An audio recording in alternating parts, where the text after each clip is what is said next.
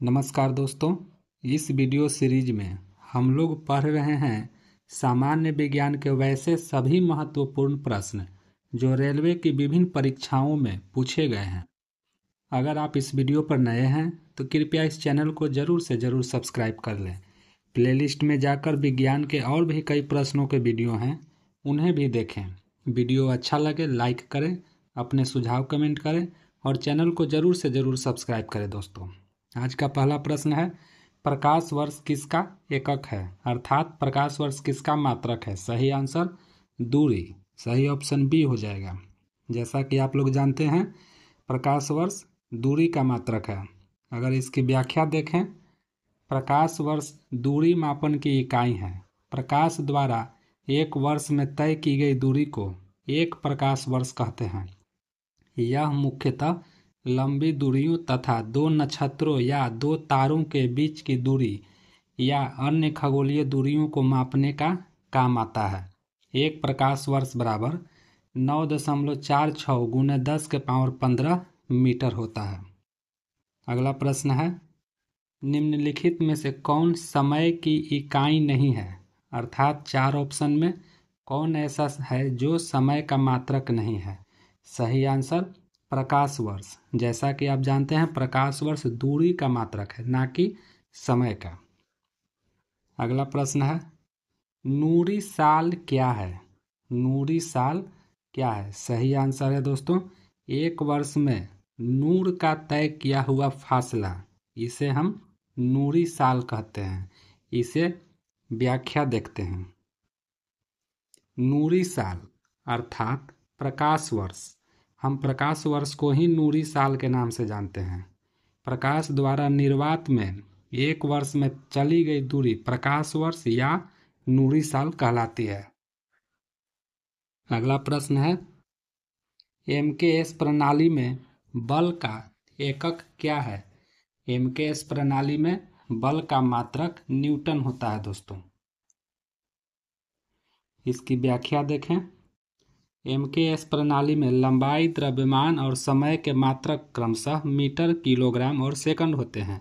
यह पद्धति सीजीएस पद्धति का ही एक रूप है। एमकेएस पद्धति में बल का एकक न्यूटन होता है।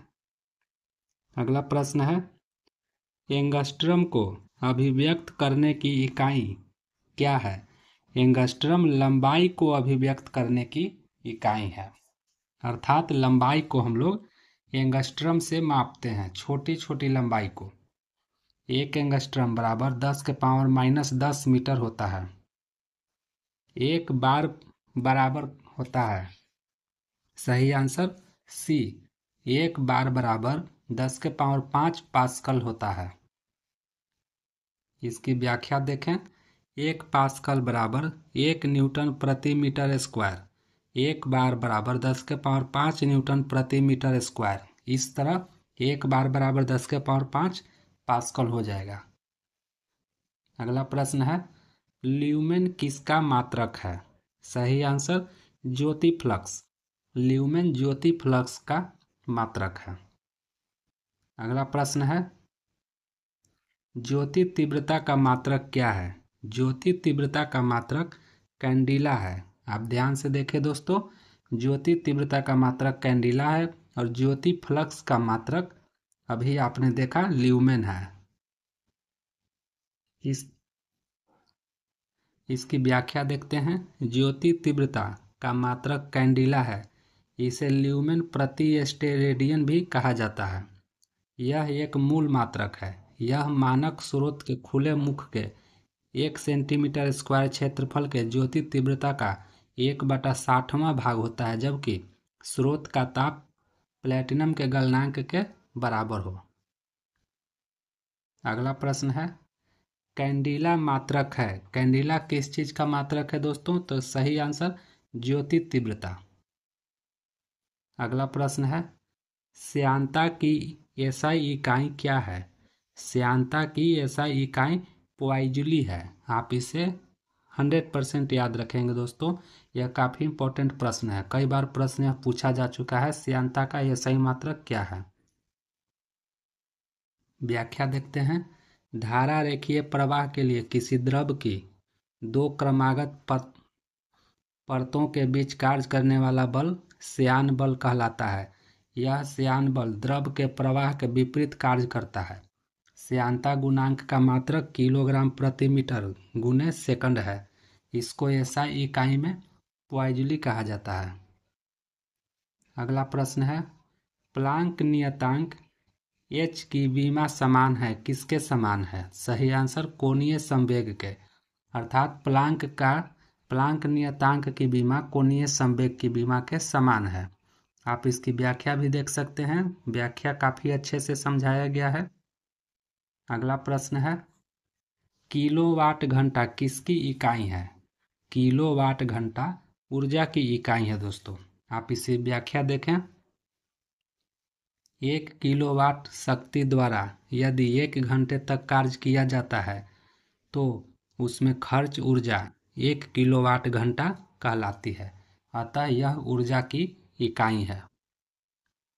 अगला प्रश्न है, कोणीय वेग की विमा क्या है? सही आंसर m के पावर 0, l का पावर 0 और t का पावर -1 कोणीय वेग की विमा होती है। इसकी व्याख्या भी दी गई है दोस्तों, आप व्याख्या भी देख सकते हैं। अगला प्रश्न है, त्वरण की इकाई क्या है? त्वरण की इकाई मीटर प्रति सेकंड स्क्वायर होती है दोस्तों। सही आंसर ऑप्शन सी हो जाएगा। आप इसकी व्याख्या देख सकते हैं, त्वरण की MKS प्रणाली में इकाई मीटर प्रति सेकंड स्क्वायर होती है और CGS में इसकी इकाई सेंटीमीटर प्रति सेकंड स्क्वायर होती है। त्वरण बराबर वेग परिवर्तन बटा समय अंतराल होता है दोस्तों। इसकी विमा भी दी गई है। अगला प्रश्न है, 1 किलोमीटर में कितने मिलीमीटर होते हैं? सही आंसर 10 लाख। सही ऑप्शन सी हो जाएगा। 1 किलोमीटर में 10 लाख मिलीमीटर होते हैं। अगला प्रश्न है, 1 फेमटो बराबर होता है?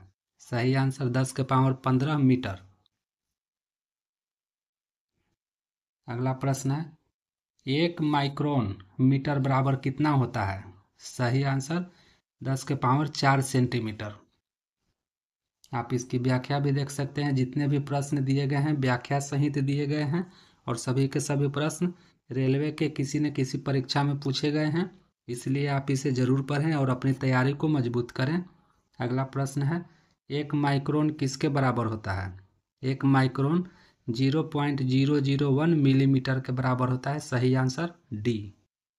आप इसकी व्याख्या भी देख सकते हैं। किस प्रकार से इसकी व्याख्या फाइंड आउट किया गया है आप देख लीजिए। अगला प्रश्न है, किसी तारे की दूरी को मापने के लिए प्रयुक्त यूनिट है, कौन है? प्रकाश वर्ष। जैसा कि आप लोग जानते हैं, लंबी दूरियों को, खगोलीय दूरियों को मापने के लिए प्रकाश वर्ष का प्रयोग किया जाता है। इस तरह तारों के बीच की दूरी को मापने के लिए प्रकाश वर्ष सही आंसर। इसकी व्याख्या भी दी गई है। अगला प्रश्न है, गति के नियमों का प्रतिपादन किसने किया था? सही आंसर न्यूटन। आप जानते हैं न्यूटन ने गति के नियमों के लिए 3 नियम दिए थे, जिसे न्यूटन के गति का प्रथम नियम, द्वितीय नियम तथा तृतीय नियम कहते हैं।